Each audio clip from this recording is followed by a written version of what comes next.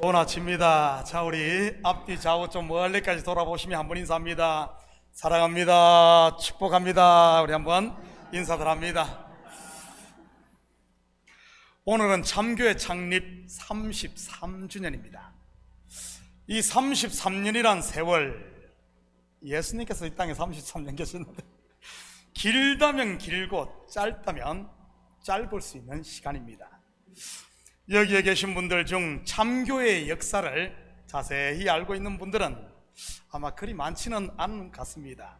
그 이유는 물론 초창기 개척 때부터 계신 분들이 많지 않은 이유도 있겠지만, 그것보다 더 큰 이유 중 하나는 이 목회자가 많이 여러 번 바뀌었기 때문이 아닌가 싶습니다.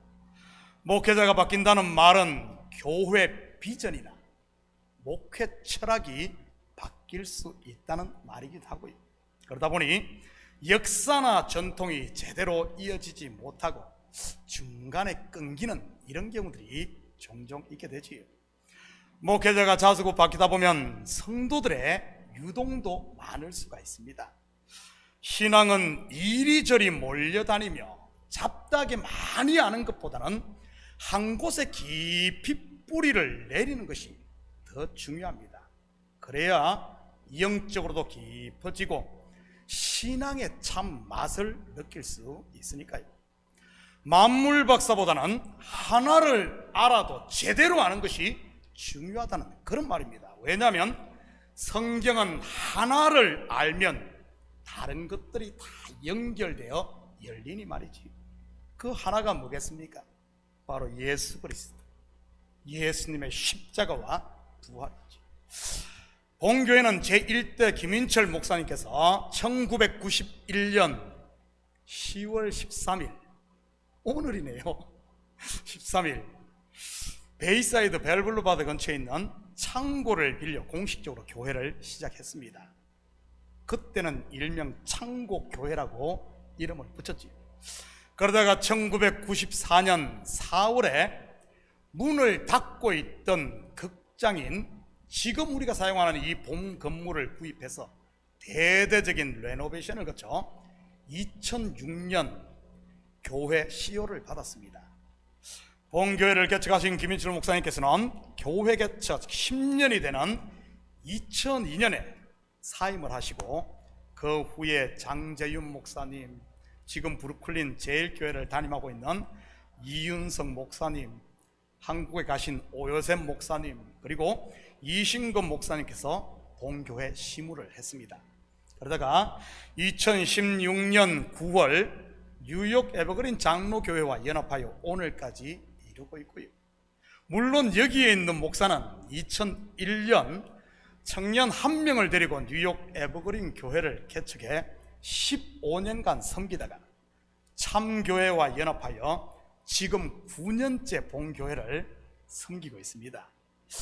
여러분, 건강하게 성장하는 교회치고 목사가 자주 바뀐 교회는 사실 드뭅니다. 가까이만 봐도 그렇지 않습니까? 플러싱의 가장 큰 교회인 우리 본교회와 같은 교단인 Q자 들어가는 교회도 일대 목사님이 한 40년 이상을 목회한 후 은퇴를 하셨고, 여러분 알다시피 칼리지 포인트에 있는 P자로 시작되는 교회도 한 40여 년 이상 목사님이 정년은퇴까지 하셨습니다. 목사가 잘나서 그런 것일까요? 물론 목사님이 훌륭해서 그렇게 오래 은퇴할 때까지 목회했을 수도 있습니다. 그런데 교회는 목사 혼자 원맨쇼를 하는 곳이 아니라 목회자와 성도들이 함께 세워가는 팀워크로 가는 곳인 줄 믿으시기 바랍니다. 손도 마주쳐야 소리가 나듯 목회도 마찬가지인 겁니다. 여러분, 목사가 설교 잘한다고 교회가 부흥될까요? 우리 지금 새벽 예배 때마다 사도행전을 공부하는데, 사도행전에 보면 성경에서 가장 설교를 유창하고 멋있게 한 사람이 누군 줄 압니까? 물론 예수님을 제외하고 말이지. 성경 신학자들 중에 최고의 설교를 뽑는 설교가 목회자가 아닌 서대반 집사의 설교입니다. 그렇게 멋있게 설교를 했던 서대반 집사, 그 결과가 뭐죠? 돌에 맞아 죽습니다. 반면 이 언어, 그런 유창한데, 그런 잘 쓰는데 말에는 이 시원찮았던, 졸했던 사도 바울의 설교는요, 그 은밀한 그 설교를 듣고도 수많은 사람들을 죽게 돌아오게 합니다. 강단에서 설교를 하다 보면 성도들의 상태와 반응에 따라 설교가 확연히 달라지는 것을 저 스스로 느낍니다. 심지어 똑같은 설교를, 똑같은 원고를 가지고 하는데도 말이지, 여러분 유튜브를 들어보면 아시겠지만 우리 교회의 1부 예배 설교와 2부 예배 설교는 98% 이상이 정확하게 동일합니다. 왜냐하면 똑같은 원고를 가지고 설교하니 말이지. 그런데도 1부 예배에 임하는 은혜와 우리 2부 예배에 임하는 은혜가 때로는 다른 것을 보게 됩니다. 어떨 때는 1부 예배에 큰 은혜가 임하고 숫자가 몇 명 안 되는데도 불구하고 말이죠, 때로는 2부 예배 때 더 큰 은혜가 임하고, 설교를 하면서 보면 말씀을 사모하며 스펀지같이 말씀을 빨아들이는 이런 성도가 있을 때, 여러분 청중 가운데 그런 분이 있으면 어떤 줄 압니까? 이 목사도 힘이 나고 그 주위도 보면 은혜가 임하는 것이 보여집니다. 그런 분들이 여기저기 있으면 그 은혜가 전 어떤 공동체에 전달되는 것을 보게 됩니다. 물론 그 반대의 경우도 있고요.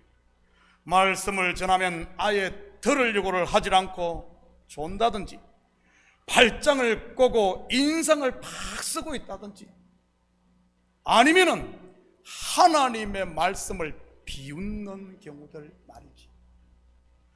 여러분이 말씀을 아멘으로 받아 먹든지 아니면은 그 말씀을 속에서 뱉어내든지, 여러분 모를 것 같습니까? 다 드러나요, 드러나. 왜냐하면 사람은 영적인 동물인데, 우리의 얼굴을 보면 우리의 얼굴은 이 속에 있는 내면을 비추는 거울과 같으니까요. 얼굴이라는 단어가 그러한 의미를 담고 있지 않습니까? 여러분, 우리가 지금 사용하는 단어 얼굴이라는 단어는 우리 고유의 말 얼꼴에서 왔습니다. 제가 예전에 한번 설명을 했어요. 우리말의 얼이라는 말은 마음 또는 정신을 말하는 단어입니다. 그래서 사람이 멍하니 있으면 어른들이 뭐라 합니까? 야 이놈아, 너 얼 빠졌냐? 그렇잖아요. 정신이 빠졌냐는 그런 말이지. 얼꼴 할 때 꼴은 이 모양을 말하는 단어입니다. 그래서 세수도 안 하고 깨재재하게 다니면 뭐라 그래요? 어른들이 뭐라 합니까? 아이고 저는 꼬락서니 하고서는 그러잖아요. 결국 얼꼴, 즉 얼굴을 보면 그 사람의 내면세계, 정신세계, 속을 알 수 있다는 말이지. 특히 얼굴 중에서도 눈과 입을 보면 말이지요. 그래서 옛 선배 목사님들께서는 이 하나님의 말씀은 귀로 듣는 게 아니라 하나님의 말씀은 눈으로 듣고 입으로 먹는다고 그렇게 말씀을 했습니다. 왜 그런 줄 압니까? 눈은 설교자와 맞추고 입은 아멘으로 화답해야 된다는 말이지. 그렇게 말씀을 받아 먹으면 우리가 어떻게 되는 줄 알아요? 우리의 눈에서는 긍휼의 눈물이 나오고 우리의 입에서는 시와 찬미와 신령한 노래가 나오게 되는 겁니다. 교회 설립 33주년을 맞아 저와 여러분이 마음을 새롭게 하고 함께 팀웍을 맞춰감으로 하나님이 기뻐하시는 참교회를 세워갈 수 있기를 축복합니다. 지금까지의 아픔을 거울 삼아, 디딤돌 삼아 좋지 않은 전통은 과감히 청산하고 좋은 전통은 이어받고, 그리고 앞으로 더 좋은 것은 또 만들어 새롭게 세워감으로 말이지. 그러기 위해서는 누군가의 결단과 희생이 반드시 있어야 합니다. 그냥 되는 게 아니에요. 저는 소시적에 이 지뢰면에 소재한 지뢰중학교, 지뢰고등학교를 졸업했습니다. 지뢰, 좀 그러긴 한데, 이 지뢰라는 말은 알지자에 예의래자 해서 예의를 아는 동네라는 뜻입니다. 지뢰, 이름 좋죠?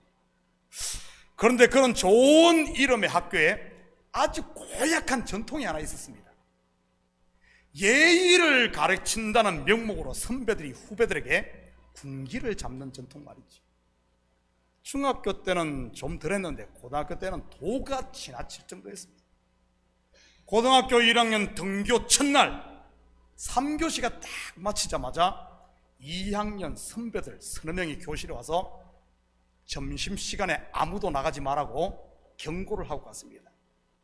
4교시 종이 울리고 선생님이 교실을 앞문으로 빠져나가자마자 뒷문으로 5명 되는 건장한 선배들이 들어와 딱 앞에서 사는 말이 전부 머리 책상에 박아.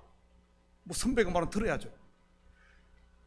옛날 학교 어떻게 했습니까? 한 줄로 돼 있잖아요. 줄로 이렇게 두 줄, 세 줄, 네 줄 이렇게 돼 있잖아요. 머리를 책상에 탁 뻗자마자 다짜고짜 몽둥이로 전부 가면서 팍팍팍 1분도 안 돼 40-50명 되는 전원이 그렇게 맞았습니다. 그리고 선배 한 명이 딱 와서 앞에 서서 하는 말이, 이것은 학교의 전통이니 선배를 보면 인사 잘하라고 하면서 그 말 한마디만 하고 그냥 가버렸습니다. 그런 일은 심심치 않게 일어났어요. 선배들에게 후배가 인사를 누가 안 했다든지 아니면 후배가 선배에게 대들었다든지 할 때마다 전 반이 다 맞는, 이유도 모르고 일명 예의를 가리킨다는 이유로, 군기를 잡는다는 이유로 그렇게 당했습니다. 그런 일이 있은 후 우리 학년에 새로운 좀 바람이 불었어요. 너무 억울하잖아요. 너무 억울하잖아. 저는 아주 모범생으로 자랐기 때문에 진짜 억울했습니다. 그래서 우리 반에부터 어떤 바람이 불었는가 하면, 야, 우리는 그러지 말자. 우리는 그러지 말자. 3학년이 2학년 군기 잡으면 2학년은 1학년 군기 잡는 시기였는데, 우리가 1학년 때 그렇게 당하고 2학년이 되었을 때 선배들로부터는 계속 당했지만 후배들에게는 그렇게 하지 않았습니다. 그냥 맞기만 했죠. 결국 몇몇 뒤에서 끌렁거리는 친구들이 말 안 듣는 후배들을 개인적으로는 군기를 잡기는 했습니다. 그렇지만 반 전체 그런 일은 없었습니다. 우리 학년이 졸업을 하자 그런 고약한 군기 잡는 잘못된 전통은 자취를 감췄습니다. 물론 제가 88학번이다 보니 그 당시 시대가 이런 변화가 있었던 시기이기도 합니다. 아무튼 여러분, 목사에게 부족한 부분이 보입니까? 목사에게 부족한 부분이 보여요? 보이겠죠? 보이겠죠. 제발 동네방네 다니며 흉보지 마시고 여러분이 그 부족한 부분을 채울 수 있기를 축복합니다. 제가 목사라서 그런 것이 아니라 커피숍에 가면은 아니면은 식당에 가보면은 여기저기 거룩한 성도라는 분들이 둘러앉아 자기 교회 목사 욕하는 것 보면은 참 얼마나, 여러분, 자식들이 자기 아버지 욕한다면 얼마나 그것보다 어리석은 것이 어디 있겠습니까? 세상 사람들이 욕하면 그게 아니라고 나서지는 못할 망정 성도가 그런다고 생각해 주십시오. 얼마나 부끄러운 일입니까? 목사가 실수를 합니까? 왜 실수 안 하겠어요? 비난하고 정죄하려고 하지 마시고 여러분이 그 실수를 감쌀 수 있기를 축복합니다. 여러분, 그게 성도 아니에요? 물론 목사인 저 또한 좀 힘들다고, 에이 목회 못 해먹겠다 하면서 하나님이 부르신 자리, 보내신 자리를 쉬 떠나서는 안 되는 것이고요. 더 좋은 자리, 더 큰 교회에서 오퍼가 온다고 하나님이 보내신 위임받은 자리를 버리고 떠나는 것도 바람직하지 못한 것입니다. 여기 있는 목회자인 저와 여러분이 함께 노력하고 함께 희생하며 함께 양보하고 함께 할 때 여러분, 이 참교회 정말 아름다운 교회, 뉴욕에서 정말 참교회 가고 싶다, 정말 저 교회에서 목회 한번 해봤으면 소원이 없겠다 하는 이런 건강한 교회, 멋진 교회가 세워질 줄 믿습니다. 참교회에 한번 발을 디디면 성도는 이곳에 뼈를 묻고 목사는 검은 머리 팥뿌리가 되는 정년을 채우고 은퇴하는 이런 교회 돼야 되지 않겠어요? 이런 교회. 여러분, 우리의 부끄러움을 숨기려고 하지 말고 우리의 실상을 보고 정말 이제는 33년 적은 세월 아닙니다. 우리가 함께 아름다운 전통, 정말 아름다운 교회를 후배들에게 물려줘야 되지 않겠어요? 우리 자녀들에게, 남이 아닌 우리 자녀들에게 말입니다. 여기에 있는 목사는 사람들이 답답하다 할 정도로 좀 외골수인 사람입니다. 오직 한 길만 가는 사람이지. 예를 들어 볼까요? 저는 아침에 다이너를 가면 오직 한 메뉴만 시킵니다. 2 에그의 오브 이지, 그리고 햄이나 소세지 중 하나를 선택, 그리고 커피에 홀윗 토스트가 나오는 메뉴 말입니다. 아마 다이너 메뉴판 보면은 첫째 아니면 두 번째 있을 거예요. 다이너 메뉴판은 얼마나 복잡합니까? 그 메뉴를 지금 23년째 시키고 있습니다. 그리고 제가 짐을 다닙니다. 헬스클럽을 다니는데 23년째 혼자 다니고 있어요. 그것도 일주일에 2번 내지 3번 똑같은 머신에 똑같은 동작을 반복하는 웨이트 트레이닝을 1시간 반에서 2시간씩 하면서 말이지. 운동을 해보신 분들은 알겠지만 이것이 얼마나 재미없고 얼마나 힘든 일인지. 매년 1월이면 수많은 사람들이 올해는 다이어트 해야지, 몸 관리해야지 하면서 1년치 400불 500불 되는 헬스클럽 티켓을 하지만 일주일 넘는 사람이 별로 없어요. 일주일 넘는 사람이. 그러니까 그 체육관들이 돈 버는 것 아니겠어요? 항상 1월 달에는 웃기겠다, 2월 되면 어딜 가고 없어요. 왜 하나님께서 이런 단순하고 외골수인 목사를 참교회에 보냈을 것 같습니까? 어쩌면 참교회의 전통을 새롭게 세워나간 것 아닐까요? 성도는 이곳에 뼈를 묻고, 제가 보니까 많은 우리 성도들이 참교회 한번 오면은 정말 뼈를 묻는 것 같아요. 거의 유동을 안 해. 그리고 목사는 정년을 채우는, 그래서 성도들 한 명 한 명이 수박 그달기식 신앙이 아니라 한 명 한 명이 좀 깊은 영성을 갖는, 예수님의 영성을 갖는 이런 제자로 세우는 전통을 세우라고 말이지. 덜 익어 떨어지는 열매가 아니라 한 명 한 명이 잘 익어 하나님의 손에 들려지는, 하나님이 추수하는 이런 열매들 되라고 말이죠. 오늘 창립 33주년을 맞아 비가 오나 눈이 오나 바람이 부나 시험이 오나 정말 성도가 떠나고 목사가 떠나도 자리를 지키며, 정말 여러분의 자리를 지킨 여기에 많은 분들이 있어요. 모든 분들께 감사를 드립니다. 내가 이 교회에 먼저 왔던, 나중 왔던, 30년이 되었던, 1년이 되었던, 여러분, 교회는 함께 세워가는 겁니다. 함께 세워. 부흥 안 한다고 옆 사람 탓하지 말아요. 목사 탓하지 말아요. 부흥 안 합니까? 여러분이 엎드릴 수 있기를 축복합니다. 여러분이 입을 열 수 있기를 축복합니다. 목사의 설교가 어렵습니까? 제발 좀 예습 좀 해오십시오. 예습. 아니, 다 정해져서 오늘 여기 하면 이제 다음 주에는 이제 어디 한 줄 알아요? 요한복음 6장 47절부터 갑니다. 많이도 안 해. 한 10절에서 15절 합니다. 한 3번만 읽고 오면은 아마 잠이 팍팍 깰걸요. 그리고 복습도 좀 하고요. 유튜브 그냥 합니까? 그냥 합니까? 왜 저걸 하겠어요?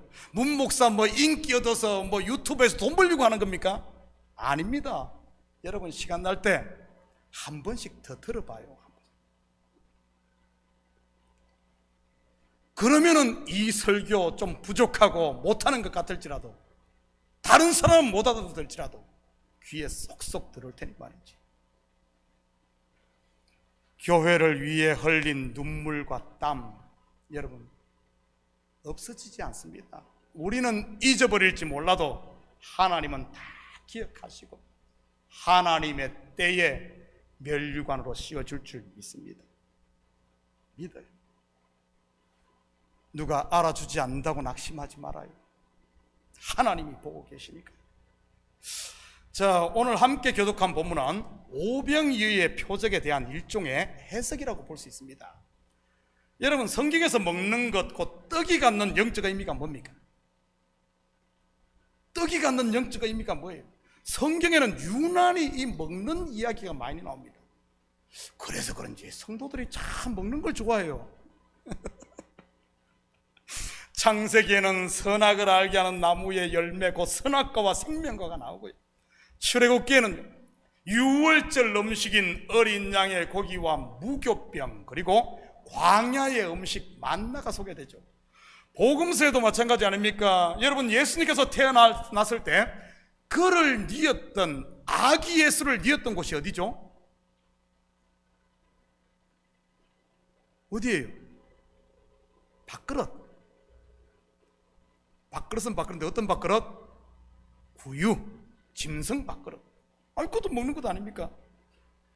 예수님 공생의 마지막에 제자들과 함께 했던 최후의 만찬도 이 먹는 이야기 아닌가요? 사도행전 보십시오. 사도행전에 보면 안식 후 첫날 제자들이 모일 때마다 뭐 했죠? 떡을 떼며.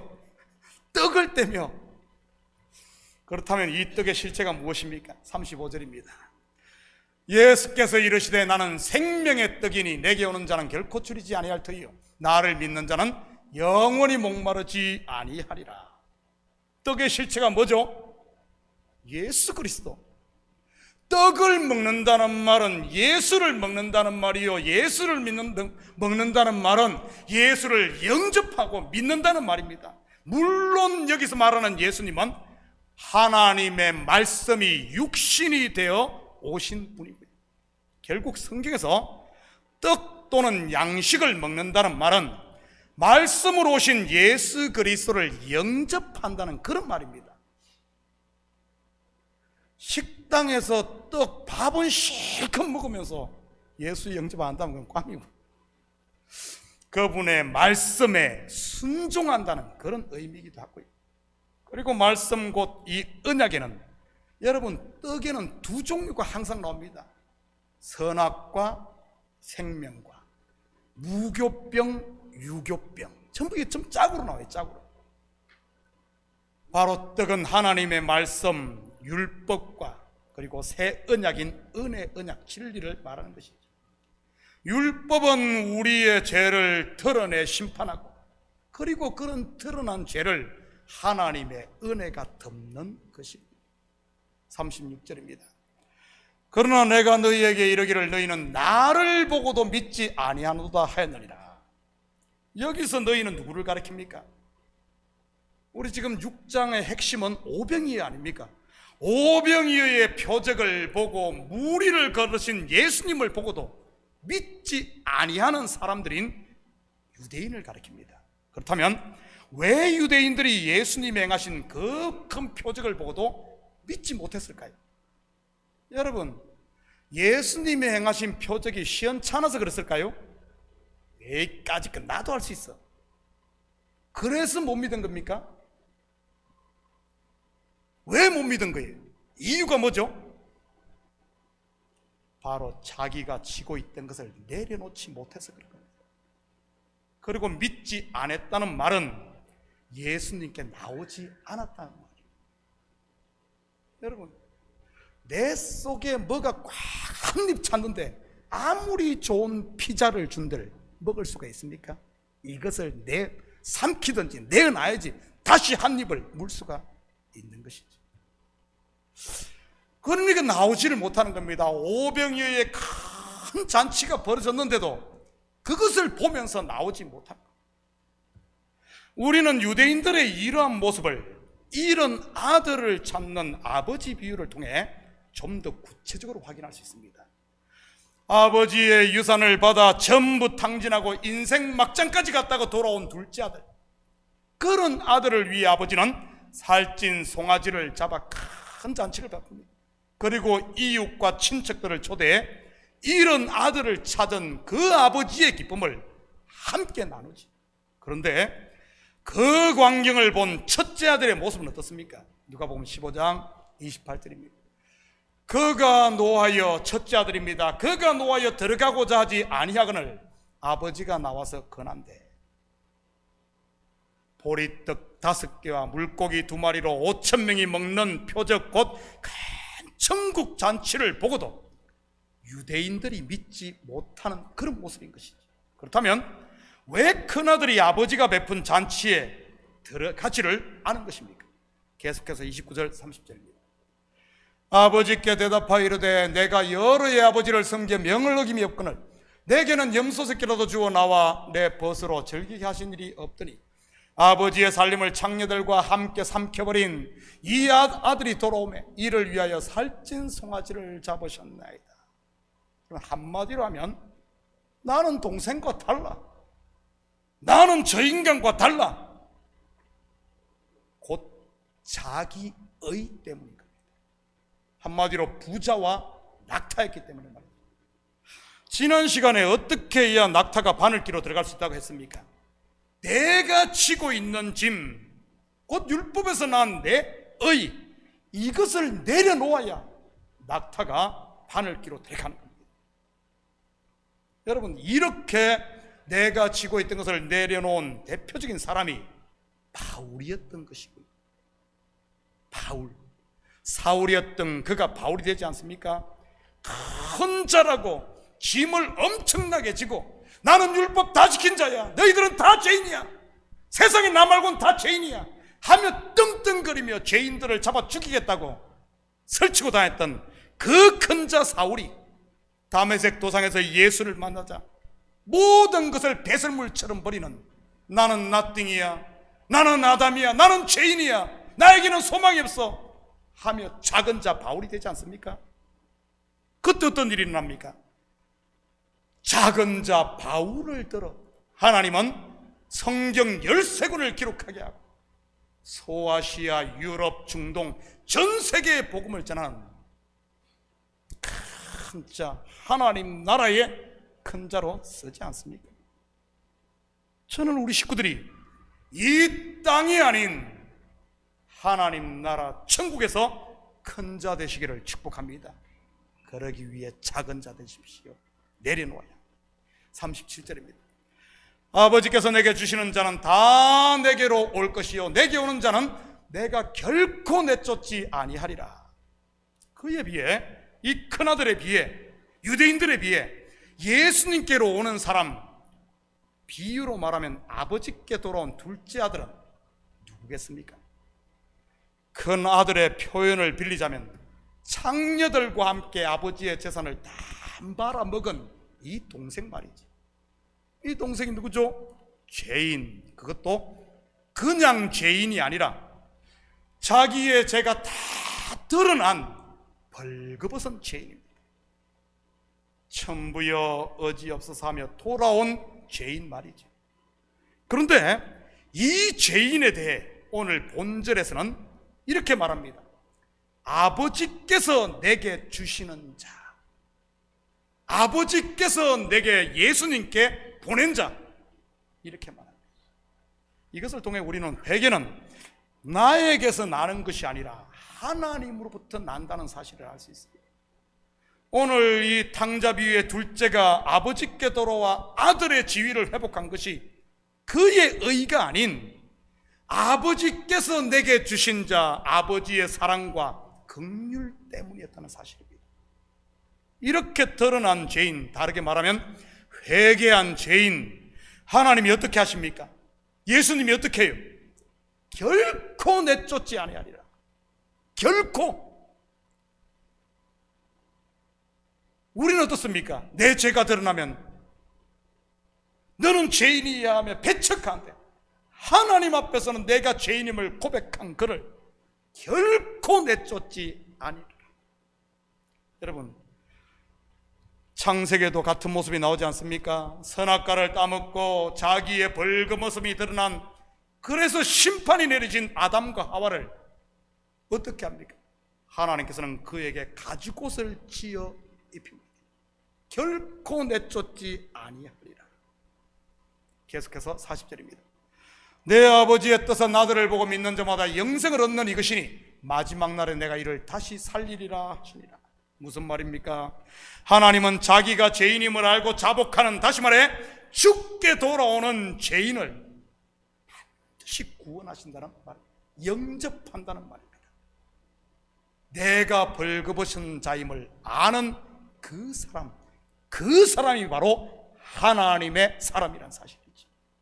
반대로 첫째 아들처럼 자기의 일을 내세우며 끝까지 자기의 일을 주장하고 잔치자리에 들어오기를 거부하는 사람은 하나님과 상관이 없는 사람입니다.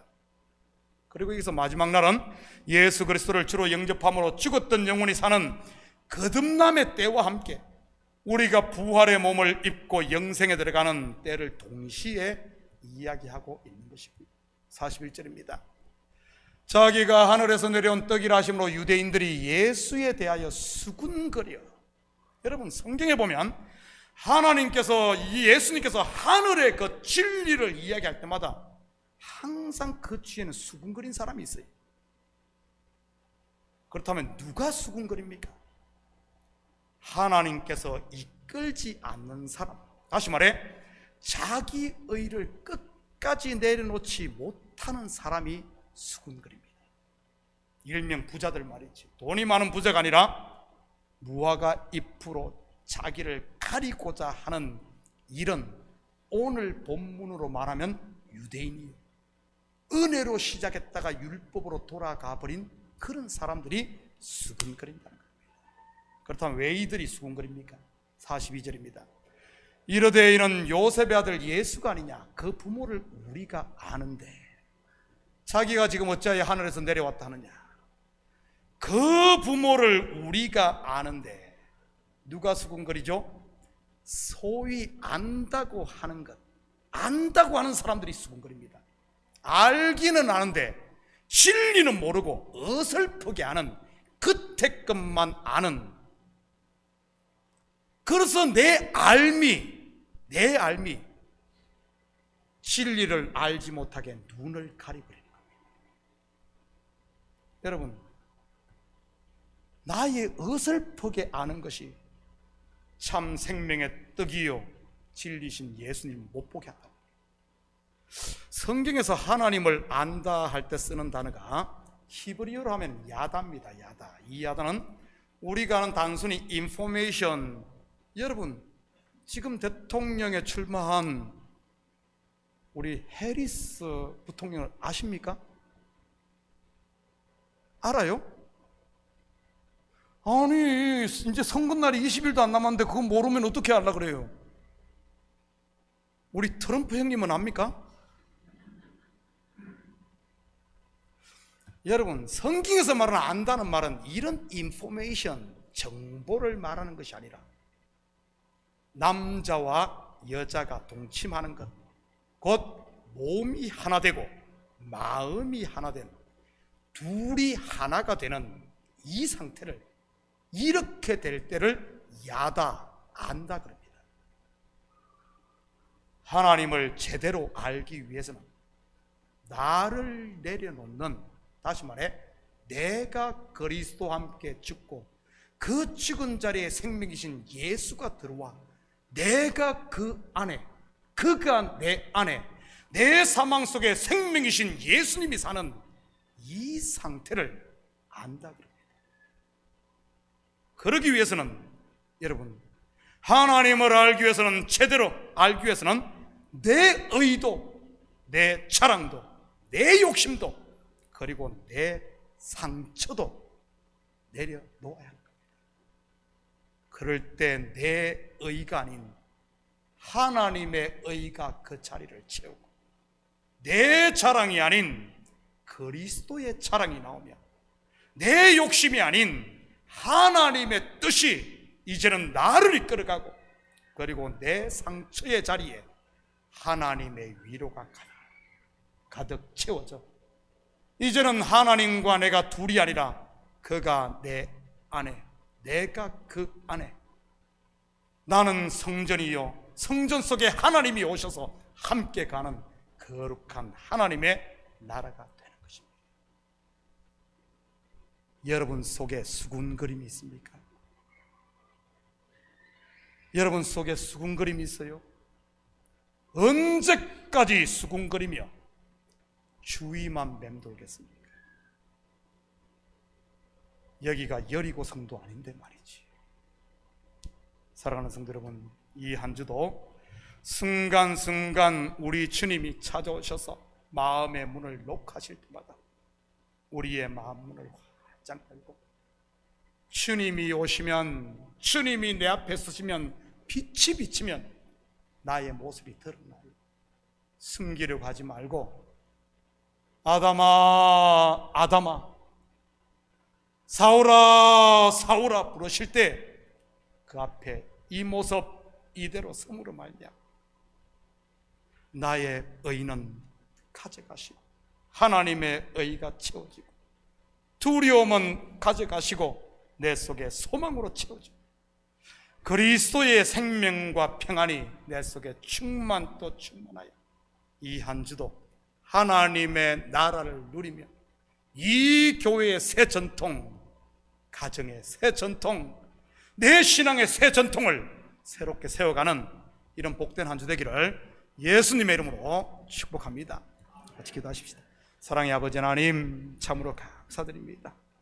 33년이라는 기나긴 세월, 우여곡절 많았던 아버지의 세월, 그럼에도 불구하고 주님은 우리와 함께 하시고 여기까지 에베네세로 인도하신 하나님을 찬양합니다.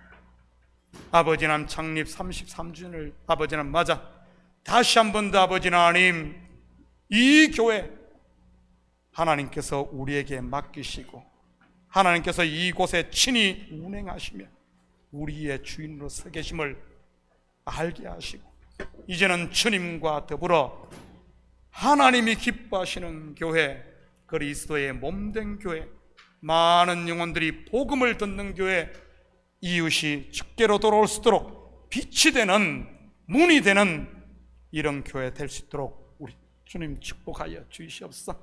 때로는 힘들고 어렵지만은 우리가 함께 짐을 나누어 지고 조금씩 희생하며 헌신함으로 정말 아버지 하나님 본이 되는 빌라델피아 교회와 같은, 서머나 교회 같은 이런 참교회 되게 도와주시옵소서.